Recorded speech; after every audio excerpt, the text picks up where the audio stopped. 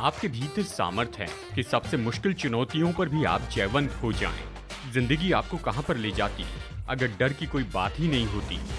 क्या आप तैयार हैं कि चिंता से भरोसे में आ जाए, चिंता से आशा में? तो दुबक कर क्यों रहें जबकि आप हिम्मत से आने वाली बातों के लिए आगे बढ़ सकते हैं।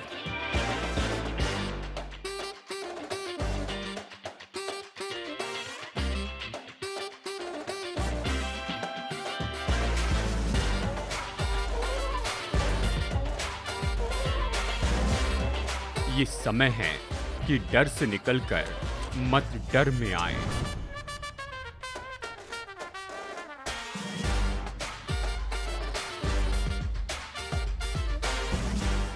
हेलो, मैं हूं डेविड जर्माया और ये समय है कि हम डर से निकलकर मत डर में आए। क्या आप असफलता के डर से पीछे रह गए हैं?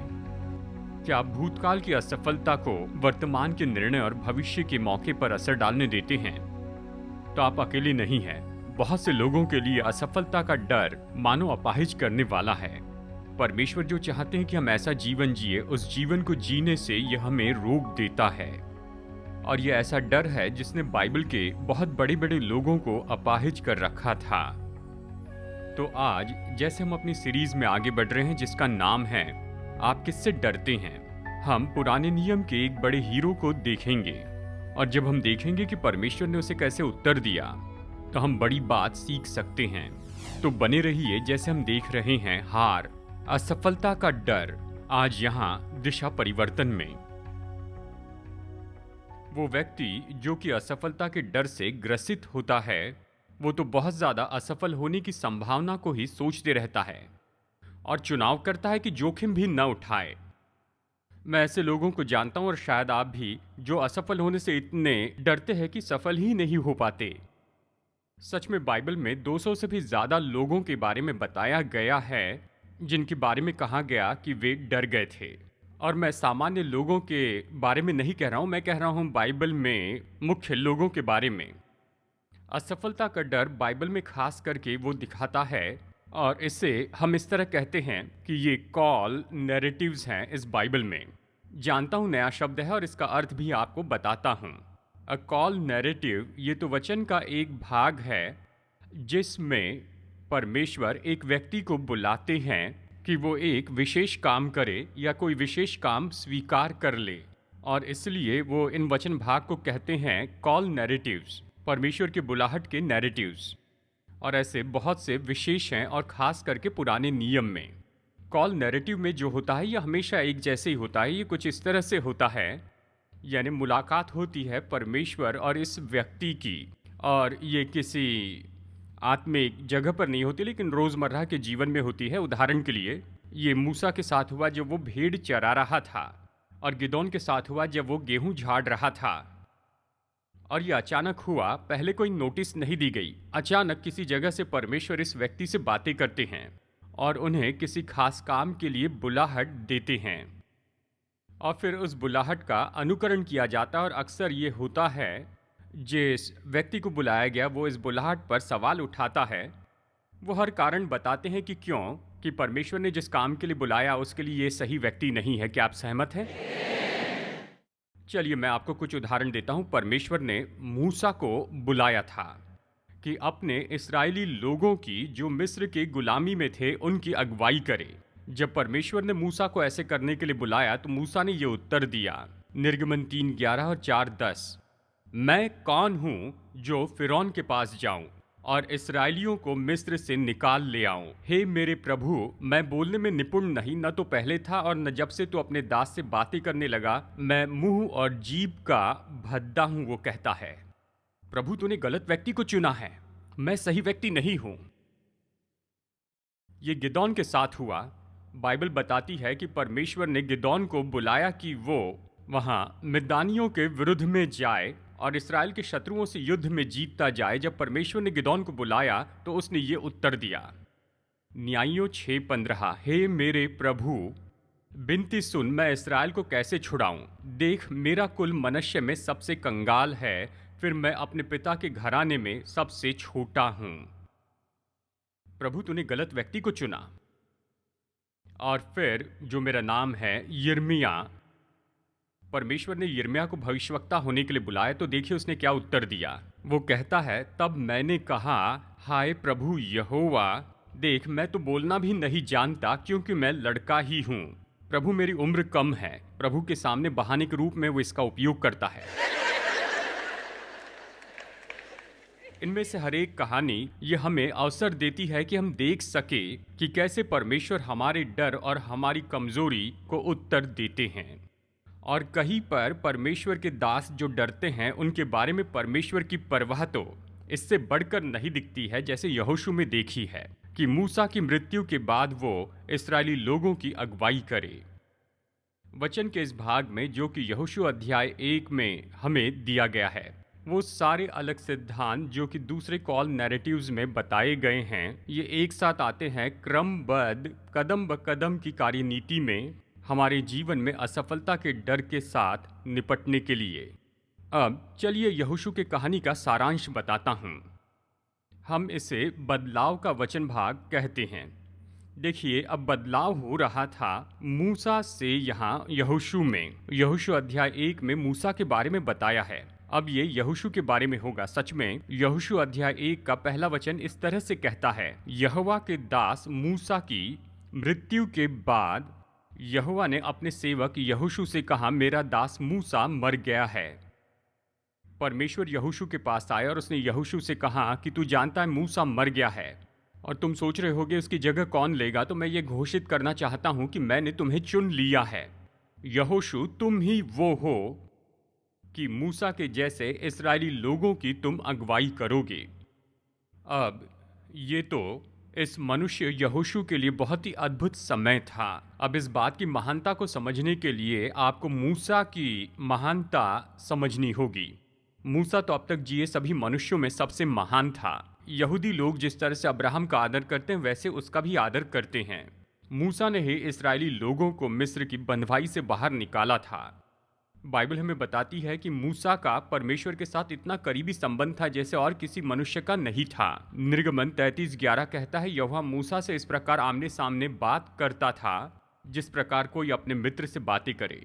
तो आप यहोशू के बारे में क्या सोचते हैं? यहोशू तुम्हें बिल्कुल यहूदी इतिहास के इस महान व्यक्ति के जैसे करना होगा और यहूदी लोगों का नया अगवा होना होगा। और ये सच में बहुत आसान काम नहीं होता, चाहे इस समय मूसा जीवित क्यों न हो। देखिए, इस्राएली लोगों को मिस्र की गुलामी से निकाला गया, जहां वो 400 साल गुलामी में रहे थे। फिर उन्हें 40 साल तक जंगल में भटकना पड़ा क्योंकि उनके अविश्वास का परमेश्वर उन्हें दंड दे सके। और अब वो कनान देश में जाने की कगार पर थे, जो कि ऐसे लोगों से भरा हुआ था जो मजबूत सेना वाले थे। वो तो युद्ध करना अच्छे से जानते थे और वो तो बहुत ही क्रूर लोग माने जाते थे जो दूसरों का लाभ उठाया करते थे। और इस्राएली लोगों के शरीर में किसी तरह सेना की कोई महारत नहीं थी।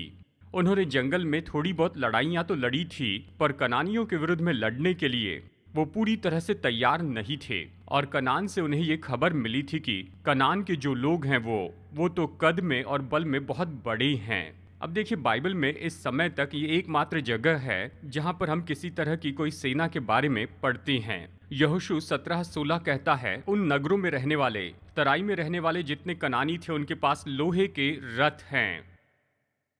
तो यहाँ पर ये इस्राएली हैं जो तैयार ही नहीं थे और उनके पास सेना का कोई भी अनुभव नहीं था। वो इस देश में जाने वाले थे और अगर परमेश्वर कुछ नहीं करता तो वो तो मार दिए जाते। और परमेश्वर ने कहा, यहोशू तुम वो व्यक्ति हो। तुम वो व्यक्ति हो। अब मान लीजिए कि आप एक कंसल्टेंट हैं और यहोशू आपसे मिलने आता है और अब तक जो भी मैंने बताया वो सब कुछ आपको बताता है और कहता है मुझे कुछ मदद चाहिए, क्या आप मुझे इस काम के लिए तैयार कर सकते हैं? तो आप उससे क्या कहते? खैर, मैं बता दूं, यहोशू के पास सलाहकार था और वो तो ईश्वरीय सलाहकार था। यहोशू का कंसल्टेंट सर्वशक्तिमान परमेश्वर थे और सर्वशक्तिमान परमेश्वर यहोशू को तैयार कर रहे थे कि वो इस ऐसे भयानक काम को ले ले कि उसकी मदद करे कि वो इस डर पर जयवंत हो जाए और उसे वो कर सके। और विजय प्राप्त करते जाएं। अब देखिए, आज हमारे पास ये समय है, इसमें मैं आपको दिखाना चाहता हूं कि परमेश्वर ने यहोशू से क्या कहा और आपको ये समझने में मदद करूं कि परमेश्वर अभी भी उस क्रिया में है कि हम सबके साथ ऐसा ही करे। पहली बात जो यहोशू ने परमेश्वर से सुनी थी वो ये है, परमेश्वर ने कहा, परमेश्वर के दृष्टिकोण का सिद्धांत मेरे पास है जो मैं तुम्हारे दिल में रखना चाहता हूँ, और वो यहाँ है यहोशू 1:5 में। मैं चाहता हूँ तुम पहले ये जान लो कि जैसे मैं मूसा के संग रहा यहोशू, वैसे ही तेरे संग भी रहूंगा।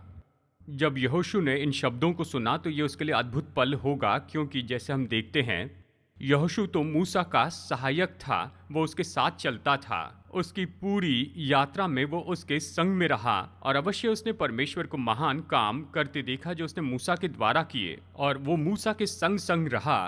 उसने मूसा के ऊपर परमेश्वर के हाथ को देखा था, वो वहां पर था, वो भीतरी घेरे का भाग था, उसने ये सब कुछ देखा था।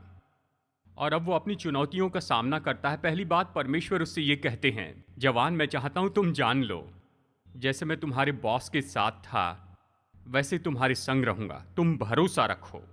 कितने लोग जानते हैं प्रभु अगर आपके साथ है तो आपने अच्छी शुरुआत कर ली है। प्रभु ने उससे प्रतिज्ञा की कि वो उसके साथ में रहेंगे। फिर दूसरी बात, परमेश्वर ने उसे परमेश्वर के उद्देश्य का सिद्धांत दिया। इससे मेरा अर्थ है उसने यहोशू को बताया कि उसका काम क्या है, और मैं इस वचन को पढ़ना चाहता हूं, अध्याय 1 वचन 2 से। उसने यहोशू से कहा, इस सारी प्रजा समेत यरदन पार होकर उस देश को जा जिसे मैं उनको अर्थात इसराइलियों को देता हूँ। उस वचन के अनुसार जो मैंने मूसा से कहा था, अर्थात जिस जिस स्थान पर तुम पाँव धरोगे वो सब मैं तुम्हें देता हूँ। और फिर वो उस देश के बारे में पूरा विवरण देते हैं। परमेश्वर ने कहा, यहोशू मैं चाहता हूँ कि तुम्हारा काम क्या है इसके बारे में तुम पूरी तरह से समझ लो। मैं तुम्हें इस काम के लिए बुला रहा हूं। मैंने तुम्हें बुलाया कि तुम इन लोगों को यरदन नदी के पार ले जाओ, कनान देश में जाओ और तुम उस देश को ले लो और तुम वहीं पर बसने लग जाओ। परमेश्वर उस देश के मालिक थे और उसने ये इसराइल को दे दिया था, लेकिन इसराइल उस देश को लेने के लिए उन्हें विजयी होकर इस पर नियंत्रण लेना था। उसने इस बात का उपयोग किया, यहोशू तू जहां जहां पाँव धरेगा वो जगह तेरी हो जाएगी। दूसरे शब्दों में, जो मैंने तुम्हें दिया है यहोशू, मैं चाहता हूं तुम जाकर उसे ले लो, ये तुम्हारी है। सबसे पहले मेरी ये भेंट है और अब जाकर तुम इसे अपनी व्यक्तिगत संपत्ति बनाओ। और परमेश्वर इस पल में यहोशू के लिए क्या कर रहे थे वो हमारे लिए पसंद करते हैं। वो उसे फोकस दे रहे थे। यहोशू से कह रहे थे, मैं नहीं चाहता कि जिसके लिए मैं तुम्हें बुला रहा हूं उसमें गड़बड़ी में रहो। ये तुम्हारा काम है, ये पूरा विवरण है। मैं चाहता हूं तुम इस तरह से काम करो, अपने दिमाग के बीच में इसे रखो, इसराइली अगवे के रूप में उनके दिमाग में इसे रखो और किसी बात में नहीं फंसना, यहां वहां भटकते नहीं रहना। यहोशू ये तुम्हारे काम का विवरण है। जब आप अपने जीवन में पूरा ध्यान केंद्रित करते हैं तो ये डर के साथ क्या व्यवहार करता है, ये अद्भुत है। जब आप फोकस करते हैं तो आपका डर घटने लग जाता है। जब आप अपने जीवन में फोकस का उपयोग करते जाते हैं तो आप ये पाएंगे कि अभी आप में डर नहीं है, और जबकि डर तो असफलता का पिता होता है, तो जितना कम डर होगा उतनी असफलता कम होगी। जब आप उठते और आप नहीं जानते हैं कि क्या करना है तो आप फंस जाते हैं जीवन के व्यर्थ कामों में, तो डर आकर आप पर नियंत्रण करने लग जाता है।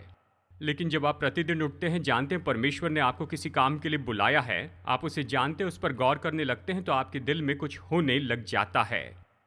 उसने उसे परमेश्वर का दृष्टिकोण दिया, परमेश्वर का उद्देश्य दिया, और अब वो ऐसा कुछ देता है जिसे आप सच में पसंद करेंगे। परमेश्वर की सलाह, वो सारा अनुभव जो परमेश्वर ने मूसा को दिया और ये सब जो यहोशू के सामने था, और उसके लिए यही आज्ञा थी। अध्याय 1 वचन 6, इसलिए हियाव बांध कर दृढ़ हो जा, उससे कहा। वचन 7, इतना हो कि हियाव बांध कर और बहुत दृढ़ होकर। वचन 9, क्या मैंने तुझे आज्ञा नहीं दी कि हियाव बांध कर दृढ़ हो जा। परमेश्वर यही चाहते थे कि यहोशू हियाव बांध कर बहुत दृढ़ हो। अगर यहाँ चूक गए तो इस अध्याय में आगे बढ़िए, वो वहां पर फिर से कहते हैं पहले अध्याय के अंत में ही। अब ये क्यों जरूरी था कि यहोशू हियाव बांध कर दृढ़ हो जाए। जैसे मैं यहाँ यहोशू की किताब का आगे पढ़ता हूँ तो जानता हूँ इसके बहुत से कारण थे।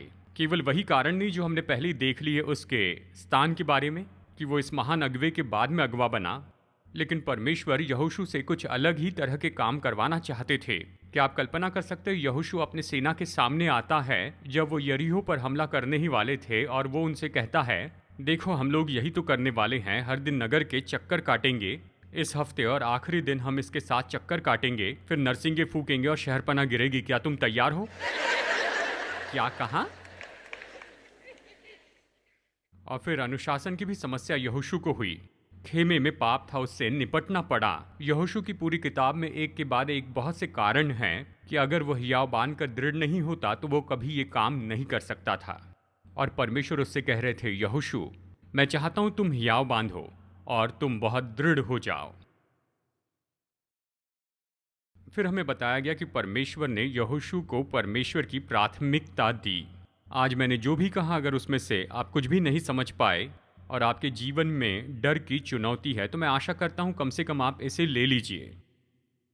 परमेश्वर यहोशू को असफलता के डर से बचाए उन सारे कामों में जो परमेश्वर ने उसे दिए थे। परमेश्वर ने उसे इन शब्दों में कहा। ये तो यहोशू की परमेश्वर की प्राथमिकता के वचन है, वचन 8 और 9। व्यवस्था की ये पुस्तक तेरे चित्त से कभी न उतरने पाए, इसी में दिन रात ध्यान दिए रहना, इसलिए कि जो कुछ उसमें लिखा है उसके अनुसार करने की तू चौकसी करे। परमेश्वर ने यहोशू से कहा, मैं तुम्हें तुम्हारा इंस्ट्रक्शन मैनुअल देता हूं, और ये तो व्यवस्था है। परमेश्वर ने यहोशू को जो दिया वो तो बाइबल की पहली 5 किताबों को छोड़ और कुछ नहीं, यानी पेंटिट्यूड, उत्पत्ति, निर्गमन, लय व्यवस्था, गिनती, व्यवस्था विवरण। परमेश्वर ने यहोशू से कहा, ये व्यवस्था की किताब है, मैं चाहता हूँ इस व्यवस्था में तुम समय बिताओ, मैं चाहता हूँ तुम इसे जानो, तुम इसे अपने हृदय में रखो, और यही तो वो मुख्य बात है जो तुम्हारे साथ होती रहेगी। जैसे तुम ये काम लेते हो तो तुम इस किताब से ज्यादा दूर नहीं रह सकते हो, क्योंकि ये किताब ऐसी किताब है जो तुम्हारी मदद करेंगी। आज मैं आपको ये बताना चाहता हूँ, अगर आप इस किताब से परिचित नहीं हैं, ये किताब आपकी मदद के लिए परमेश्वर ने दी है। क्या आप जानते हैं बाइबल में बहुत सी आज्ञाएं हैं? क्या आप जानते हैं सबसे ज़्यादा दोहराई गई आज्ञा क्या है? मैं चाहता हूँ आप मेरे साथ दोहराइए। बाकी सबसे बढ़कर जानते हैं क्या है? मत डर। 200 से भी ज़्यादा बार डर मत। मेरे साथ में कहिए, डर मत। हम जो अनुभव करते हैं उसकी परमेश्वर को परवाह है। अगर डर की समस्या नहीं होती तो वो इसे बाइबल में क्यों रखते? ये बड़ी समस्या दिखाई देती है क्योंकि इसे बार बार कहा गया है। और जब आप ये किताब पढ़ते हैं, चाहे आप इसे कहीं से भी शुरू कीजिए, जब इस किताब को पढ़ेंगे तो निश्चय आप ये जान पाएंगे परमेश्वर ने अपने लोगों के लिए जो प्रबंध किया है उसमें बार बार कहा है। किसी न किसी तरह से आप खुद को इस किताब में पाएंगे और आप जानेंगे परमेश्वर ने आपसे बातें की है। यहोशू के पास केवल उत्पत्ति, निर्गमन, लय व्यवस्था, गिनती और व्यवस्था विवरण थे। जब आपको प्रोत्साहन की जरूरत होती है तो निश्चय परमेश्वर के इस वचन में जाइए। मैं आपको याद दिलाऊं, जब जंगल में यीशु मसीह की परीक्षा हुई शैतान के द्वारा, तो यीशु ने सारे वचन जो शत्रु के विरुद्ध में उपयोग किए वो व्यवस्था विवरण से थे। क्या आप जानते हैं? जिस तरह से भी शैतान ने यीशु की परीक्षा की, यीशु ने कहा कि ये लिखा है और व्यवस्था विवरण से बताते। आप इन किताबों को पढ़िए, इसमें मजबूत जानकारी है। यीशु ने खुद इसके बारे में कहा। जब परमेश्वर ने यहोशू से कहा कि परमेश्वर के वचन को अपनी बड़ी प्राथमिकता के रूप में ले, तो उससे सबसे पहले कहा कि निरंतर इसी के बारे में बताते रहे। व्यवस्था की ये पुस्तक तेरे चित्त से कभी न उतरने पाए, उसे इस पर निरंतर मनन करना था, इसी में दिन रात ध्यान दिए रहना, उसे आज्ञाकारी रूप में से पढ़ना था, इसलिए कि जो कुछ उसमें लिखा है उसके अनुसार करने की तू चौकसी करे। यहाँ देखिए, मैं कुछ महत्वपूर्ण बात बताता हूँ। परमेश्वर ने कहा, यहोशू मैं चाहता हूँ इस किताब को खास तरह से पढ़ना, बुद्धिमान होने के लिए इसे पढ़ना। हम बाइबल पढ़ते हैं ताकि ज़्यादा जानकारी पाए। परमेश्वर नहीं चाहते कि हम जानकारी के लिए बाइबल पढ़ें, लेकिन वो चाहते कि इसे करें। उसने कहा इसके अनुसार करने की तू चौकसी कर। आप बाइबल कैसे पढ़ते हैं? क्या आप इस तरह से पढ़ते हैं? देखिए, बहुत से लोग इस तरह से पढ़ते हैं। मैं जानना चाहता हूँ परमेश्वर क्या कहते हैं और मैं निर्णय लूंगा कि इसे करूँ या नहीं। क्या आप समझ रहे हैं? अगर ऐसा करेंगे तो ज़्यादा दूर नहीं जाएंगे। जब आप बाइबल पढ़ते हैं परमेश्वर के निर्देश के मैनुअल जैसे, और परमेश्वर जब आपसे कुछ कहते हैं जो आपको करना है, आप उसे कीजिए। परमेश्वर ने यहोशू से कहा, जब तुम वचन पढ़ते हो तो इसे मैनुअल बनाते। मैं चाहता हूँ कि इसके अनुसार काम करो। और ये वचन में 2 बार लिखा है, इसके अनुसार करने की चौकसी कर। मेरे साथ कहिए, इसके अनुसार करने की चौकसी करे। वादा करता हूँ अगर ऐसी बाइबल पढ़ेंगे तो आपकी ज़िंदगी बदल जाएगी। प्रभु आप जो चाहते हैं मैं वही करूँगा, बस आप वो मुझे दिखाइए और फिर उसे कीजिए। तो बाइबल आपके लिए बिल्कुल नई और बहुत कुछ बताने वाली हो जाएगी। और फिर उसने यहोशू को इसके मानने के लिए निर्देश दिए, उससे न तो दाहिने मुड़ना और न बाएं, उसके अनुसार करने की सी तू चौकसी करे, उसके अनुसार करने की तू चौकसी करे जो कुछ उसमें लिखा है। तो भाइयों और बहनों, जब भी हम असफलता से डरते हैं या हम ये सोचते हैं कि हम असफल हो जाएंगे, तो एक ही जगह है जिसके बारे में मैं सलाह दूंगा बिना किसी हिचकिचाहट के। ये तो परमेश्वर का पवित्र वचन है। इसमें सच्चाई के ये मजबूत वचन देखिए, ये आपको ऊंचा उठाएंगे और आपको डर से आज़ाद करेंगे। और फिर वचन के इस अद्भुत भाग से ये हमें एक महान प्रोत्साहन देता है। परमेश्वर ने यहोशू को परमेश्वर की उपस्थिति का सिद्धांत दिया। मेरे साथ पढ़िए वचन 5 और वचन 9 और मेरे साथ सोचिए अगर आप यहोशू होते और वहां पर बैठकर आप कांप रहे हैं कि मैं ये सब कुछ कैसे करूंगा, मैं जानता हूं ये लोग कैसे हैं प्रभु, मैं मूसा के साथ था, मैंने ये सब देखा है। तो परमेश्वर के ये वचन हैं यहोशू के लिए, जैसे मैं मूसा के संग रहा वैसे ही तेरे संग भी रहूंगा, और न तो तुझे धोखा दूंगा और न तुझको छोड़ूंगा। भय न खा और तेरा मन कच्चा न हो, क्योंकि जहां जहां तू जाएगा वहां वहां तेरा परमेश्वर यहोवा तेरे संग रहेगा। परमेश्वर ने कहा, यहोशू मैं नहीं चाहता कि तुम डर जाओ और इस बात को मत चूक, मैं नहीं चाहता कि तुम अकेले इसे करो। मैं तुम्हारे संग चलता हूं यहोशू, जैसे तुम मूसा के करीब थे मैं उतना ही तुम्हारे करीब रहूंगा, और मैं तुम्हें कभी न छोड़ूंगा, मैं कभी तुमसे दूर नहीं जाऊंगा और मैं तुम्हें कभी अकेला नहीं छोड़ूंगा। अब देखिए ये दिलचस्प बात है कि यही तो समानता है सारे कॉल नैरेटिव्स में जो मैंने शुरू में बताए। शुरू में मैंने आपको बताया कि ये सब लोग जिन्हें प्रभु ने बुलाया उन्होंने बहाने बनाए, लेकिन कुछ बात मैंने छोड़ दी क्योंकि मैं उसे यहाँ पर रखना चाहता था। ये तो इसी जगह के लिए है। और देखिए कि ये कितना निरंतर होता है इन सारी परिस्थितियों में। जब परमेश्वर ने मूसा को बुलाया तो मूसा ने कहा, प्रभु मैं सही व्यक्ति नहीं हूँ। मूसा से परमेश्वर ने निर्गमन 3:12 में कहा, निश्चय मैं तेरे संग रहूंगा। याद है मूसा ने कहा कि मैं बोलने में निपुण नहीं हूं। निर्गमन 4:12 कहता है, अब जा मैं तेरे मुख के संग होकर जो तुझे मैं तेरे मुख के संग रहूंगा मूसा, जो तुझे कहना होगा वो तुझे सिखाता जाऊंगा। परमेश्वर ने मूसा से जो कहा वही यहोशू से भी कहा, मैं जानता हूं तुम इस काम से डरे हो, लेकिन चिंता मत करो, मैं तुम्हारे संग रहूंगा, मैं तुम्हारी मदद करूंगा और तुम्हारे लिए तुम्हारे बल का स्रोत बनूंगा। जब उसने गिदोन से कहा, आपको याद होगा गिदोन ने कहा कि मैं तो परिवार में सबसे छोटा हूं और हम तो कोई महत्व नहीं रखते हैं। परमेश्वर ने कहा, गिदोन निश्चय मैं तेरे संग रहूंगा, तू मिद्यानियों को ऐसे मार लेगा जैसे एक मनुष्य को। और जब यिर्मयाह अपने कम उम्र की बहाने को लेकर आया, परमेश्वर ने यिर्मयाह से कहा, तू उनके मुख को देखकर मत डर, क्योंकि तुझे छुड़ाने के लिए मैं तेरे साथ हूँ, यहोवा की यही वाणी है। परमेश्वर कहते हैं कि तुम्हें छुड़ाने के लिए मैं तेरे साथ हूँ। अब भाइयों और बहनों मैं आपको बताऊं, अगर परमेश्वर आपके साथ हैं तो सारे बहाने चले जाते हैं, क्योंकि ये तो बहुत ही महत्वपूर्ण होता है कि जब इस चर्चा में इस जगह पर आप पहुंचते हैं तो पूरी बात यही है कि क्या परमेश्वर इसे मेरे द्वारा करेंगे या फिर मैं खुद इसे अपनी शक्ति में करूंगा। और परमेश्वर ऐसा नहीं कि हमें कुछ करने के लिए कहे और फिर असफल होने के लिए हमें छोड़ दे। हम कुछ पल में देखेंगे परमेश्वर हमारे साथ चलते हैं, जिसके लिए उसने हमें बुलाया उसमें चलते हैं। पहले हमें जानना है कि परमेश्वर ने ऐसा करने के लिए कहा है, और अगर ऐसा है तो उसने वादा किया है कि आपके साथ होंगे।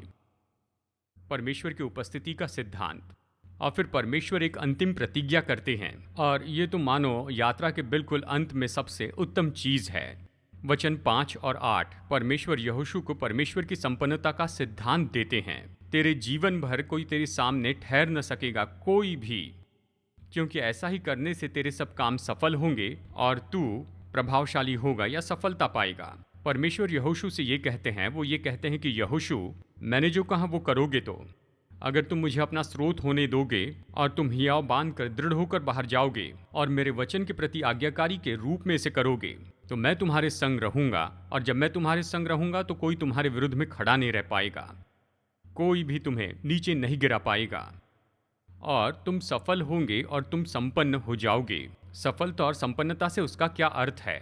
वो यहोशू को नया रथ या नया घर नहीं दे रहे थे, मतलब जिसके लिए मैंने तुम्हें बुलाया उसमें तुम सफल हो जाओगे, और वो ये है कि जाकर कनान देश में बस जाओ। यहोशू, मैंने तुम्हें जो बताया और जो तरीका दिया, अगर उसके अनुसार करोगे तो जान लो कोई तुम्हारे सामने कभी खड़ा नहीं रह पाएगा और तुम सफल हो जाओगे और संपन्न हो जाओगे जो काम करते उसमें।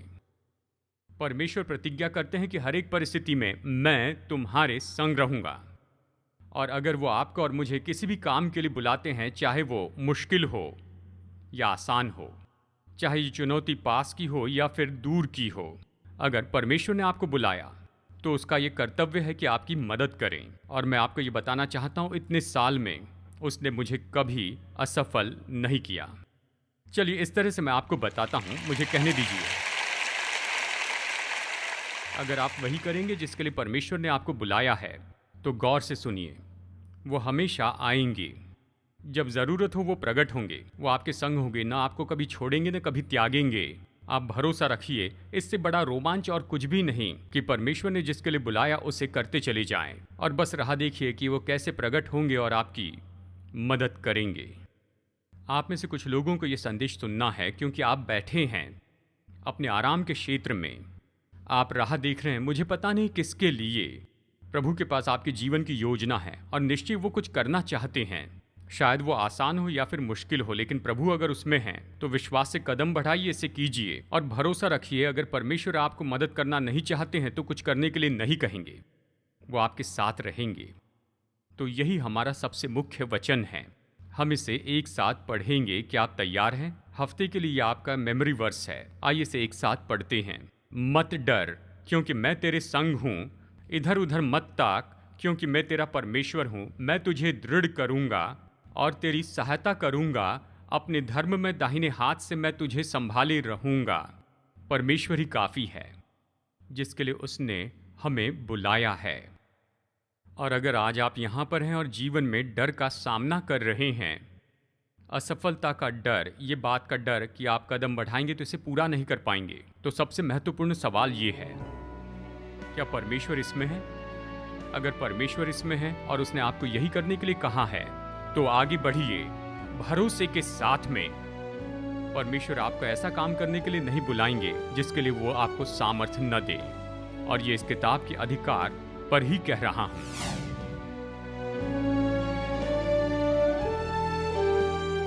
आज दिशा परिवर्तन में मेरे साथ जुड़ने के लिए धन्यवाद। जितना ज्यादा हम वचनों का अध्ययन करें उतना ज्यादा समझेंगे कि हमारे प्रेमी परमेश्वर हम में से हर एक के साथ व्यक्तिगत संबंध रखना चाहते हैं। अगर आप ये संबंध शुरू करना चाहते हैं और निश्चित करना चाहते हैं कि अनंत काल परमेश्वर के साथ रहेंगे, तो बस आपको पापों से पश्चाताप करना है और यीशु से कहिए कि वो आपके प्रभु और उद्धारकर्ता हो जाएं। अगर आज आपने ये विश्वास का कदम उठाया है तो मैं प्रोत्साहित करता हूँ कि अपना ये निर्णय दूसरे विश्वासियों को बताएं, भरोसेमंद सेवकाई को बताएं या लोकल चर्च को, और अपने विश्वास में निरंतर बढ़ते जाएं। प्रभु आपको आशीष दे और मैं अगली बार मुलाकात करने की आशा करता हूँ यहीं दिशा परिवर्तन में।